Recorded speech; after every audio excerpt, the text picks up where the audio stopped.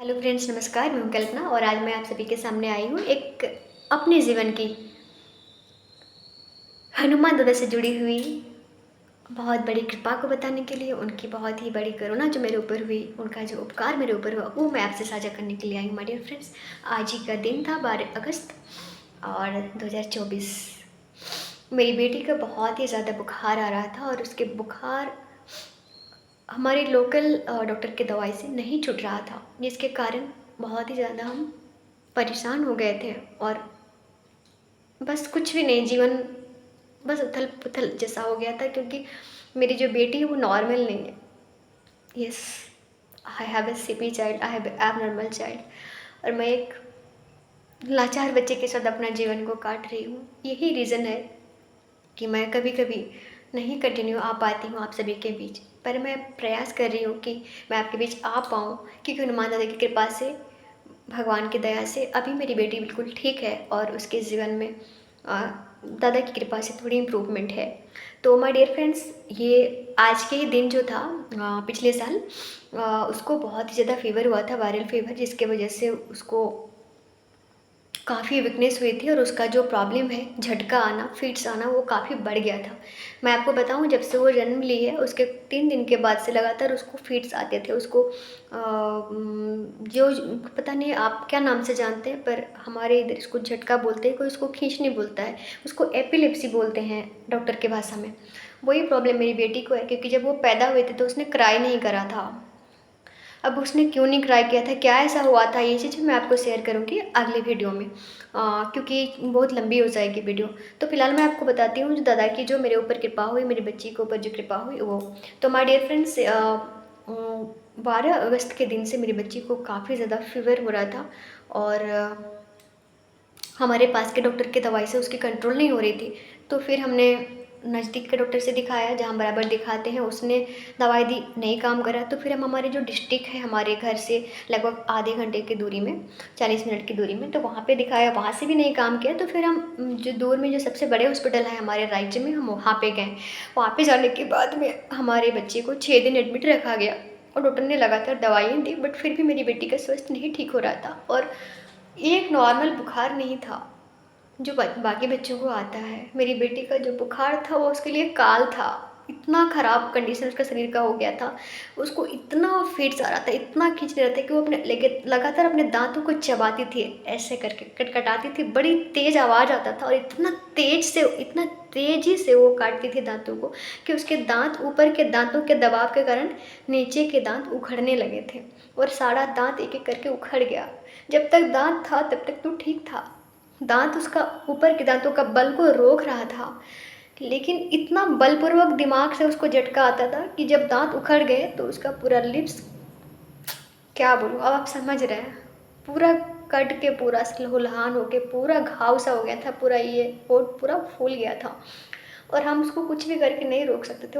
वो 1 सेकंड के लिए भी नहीं होता था, एकदम हर सेकंड होता, आप समझ लीजिए। मतलब कैसे हम उसको बताएँ कि कितनी बार होता है? डॉक्टर बोलते थे उसका वीडियो बनाओ, कितनी बार करती, कैसे करती है? उसका छोटा-छोटा वीडियो मैंने बनाया था, बहुत सारा वीडियो था, मैंने सारे हटा दिए क्योंकि मेरे पास देखने के लिए हिम्मत नहीं बचा है।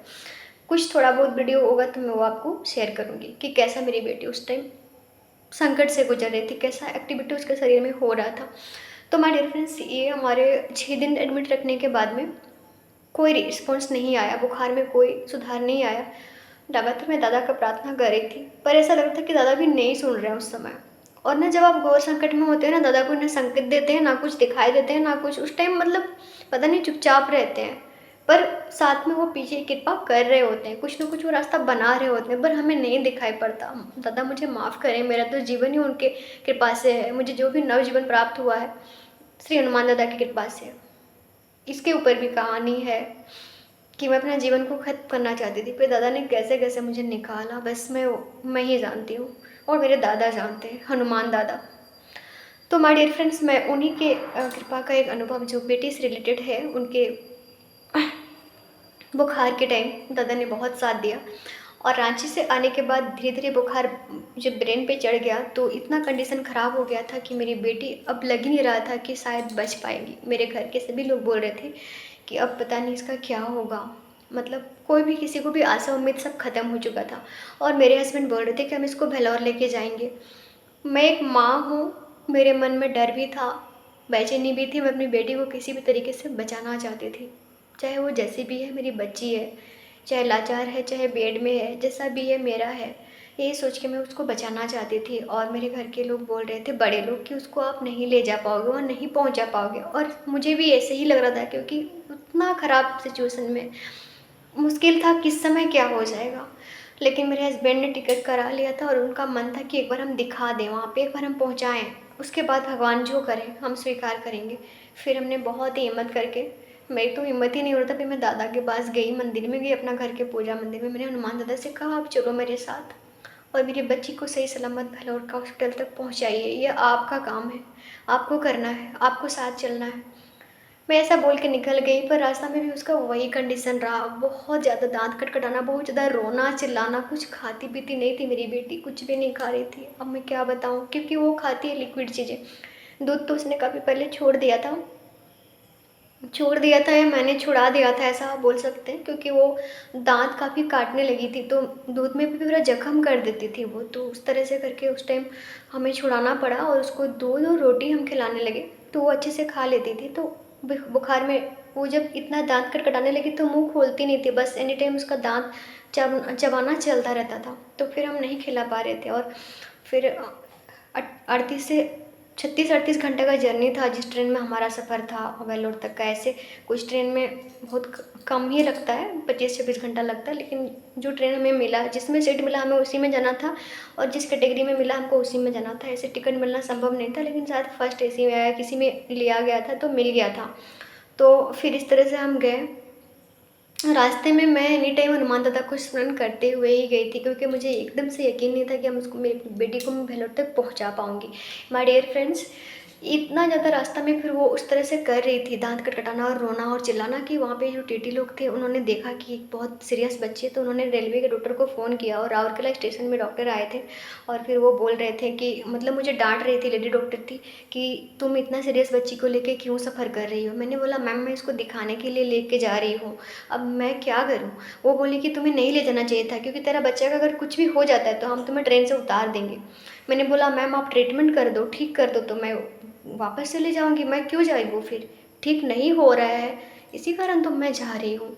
पता है, जब आप दुःख में होते हैं ना तो आपका कोई साथ नहीं देता, लोग आपको परेशान ही करते हैं और आपकी बेइज़्ज़ती करेंगे, ऐसा आपको फ़ील कराएँगे कि आप, मतलब क्या बोलें, लगता है मरीज़ हैं, मतलब ऐसा होता है।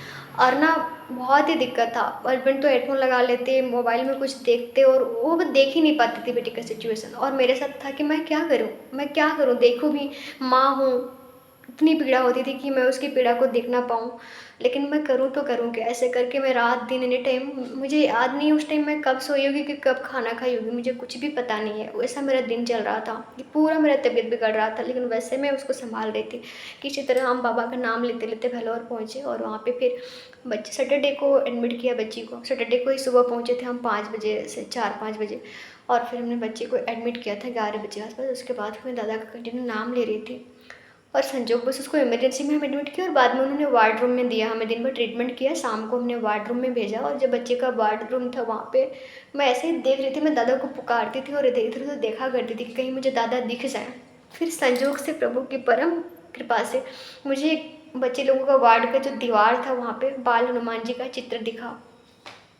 मुझे पता है क्रिश्चियन हॉस्पिटल में हनुमान जी का चित्र नहीं मिल सकता है, लेकिन उस दीवार में बहुत सारे जानवरों का चित्र था, और उसी बीच में से हनुमान जी का चित्र था जो गदा लेके थे, और उनका लंबा सा पूँछ था और वो उड़ रहे थे, ऐसा चित्र था। मुझे बहुत भरोसा मिला कि दादा मेरे साथ हैं यहाँ भी।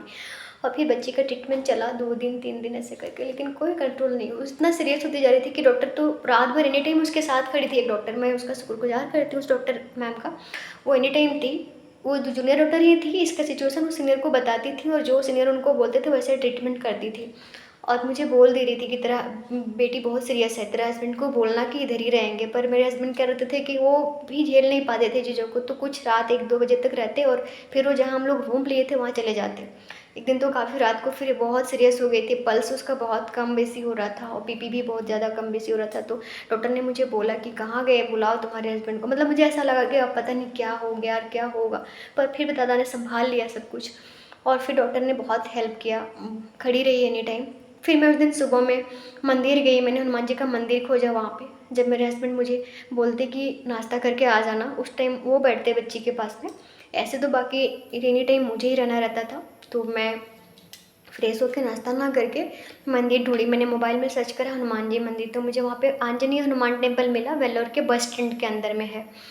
तो बहुत ही अच्छी मंदिर है, बहुत प्रभावशाली शक्तिशाली मंदिर है। कोई भी जो मुझे देख रहे हैं वो कभी वेल्लोर जाएँ तो ज़रूर जाना दर्शन करने। बाबा संकट बिल्कुल हरते हैं और बहुत बहुत वहाँ के जो पुजारी जी हैं वो बहुत कृपा करते हैं। भाषा तो हमें कुछ समझ में नहीं आती वहाँ की, पर वो जो बोलते हैं इंग्लिश में थोड़ी बहुत उन्होंने मुझे बोला कुछ करने के लिए, वो मैंने किया और बाबा ने बहुत कृपा किया। दूसरे दिन फिर मैं आई तो उस बुखार बहुत कंट्रोल में था, कम हो रहा था। फिर धीरे-धीरे बुखार घटा और मुझे लगता है 4 से 5 दिन में उसको एडमिट से छुट्टी दे दी गई और हमें बोला ओपीडी बेसिस में आप दिखाते रहिए, रूम लेके रहिए और दिखाइएगा। इस तरह से करके बाबा ने बहुत बहुत मेरी बच्ची पर कृपा करी और कृष्ण भगवान की भी बड़ी कृपा रही। मैंने ठाकुर जी को भी स्मरण किया था, शायद उस दिन जन्माष्टमी था या ऐसे कुछ था। उस दिन मेरी बच्ची का बुखार ठीक हो गया था, कंट्रोल हुआ था, कम होना शुरू हुआ था। मैंने बाबा को बोला था आज आपका जन्म होगा, आप बालक हो, मेरी बच्ची भी एक बालक है, आप दया कीजिए बालक के दुख को हरिए, ऐसे करके। और बहुत बहुत धन्यवाद करती हूँ मैं ठाकुर जी को और मेरे हनुमान जी महाराज को। ये चीज़ होने के बाद मुझे दिल से भरोसा हुआ था कि अब सब कुछ ठीक हो जाएगा। पर ऐसा होता है कि भगवान की भी लीला वे ही जानते हैं और जो संकट लिखा रहता है जीवन में वो तो होता ही है। तो बच्ची का मेरा बुखार तो कंट्रोल हुआ, लेकिन जो सिम्पटम आया था बुखार ब्रेन में चढ़ने के कारण, जो उसका झटका फिट्स जो बढ़ गया था, उसकी जो बीमारी है जिसको एपिलेप्सी बोलते हैं डॉक्टर लोग, जिसको हम झटका बोलते हैं या खींचनी बोलते हैं, वो उसका काफ़ी बढ़ गया था और जिसके कारण उसका शरीर पूरा टेढ़ा हो गया था। वो पीछे ऐसे मोड़ ली थी, पूरा हड्डी उसका वगैरह जो भी पूरा बॉडी का स्ट्रक्चर पूरा एबनॉर्मल हो गया था, पूरा टेढ़ा हो गया था, घूम गया था दूसरे साइड, ऐसे वैसे हो गई थी बच्ची मेरा। तो फिर वो चीज़ उसका नहीं गया और ना ही उसका दाँत का कटकटाना गया। वहाँ पे तो वो एक इंजेक्शन दे के उसको कुछ करते थे, कुछ घंटे के लिए उसका ब्रेन को, जिसके वजह से थोड़ा सो जाती थी तो नहीं करती थी। पर जैसे ही हमें छुट्टी दिया तो हमने बोला, फिर वैसे ही करने लगी बच्ची, बहुत परेशानी, हम क्या करें? हमने बोला कि ऐसे ही कर रही है। अब वो बोले कि ये धीरे-धीरे ही ठीक होगा या नहीं ठीक होगा, क्योंकि इसका ब्रेन में डैमेज होने के कारण ये इस तरह से है। अब बुखार से और डैमेज हो गया तो अब हम कुछ कर नहीं सकते और जो वैक्सीन हम इसको देते थे वो बहुत बुरा असर करता है बच्चों को, हम उसको दे नहीं सकते ज़्यादा और ना आपको हम दे सकते हैं। तो फिर हमारी बच्ची सेम जैसा हम ले गए थे, सब कुछ वैसे ही था, बस अब बुखार कंट्रोल में था।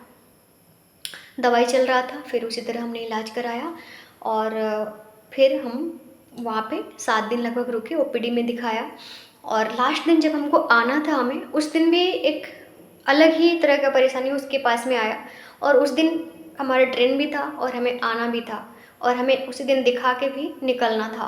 अब इतने पैसे भी खर्च हो चुके थे, बच्चा में भी कुछ बहुत ख़ास सुधार नहीं था, केवल बुखार कंट्रोल था और उसकी दवाइयाँ भी इतनी महँगी थी। सब कुछ ऐसा हो रहा था, वहाँ पे रहने का भी खर्च हो रहा था, तो हमें अब घर ही आना था। अब आदमी क्या करे, एक मिडिल क्लास फैमिली कितना कुछ कर सकता है।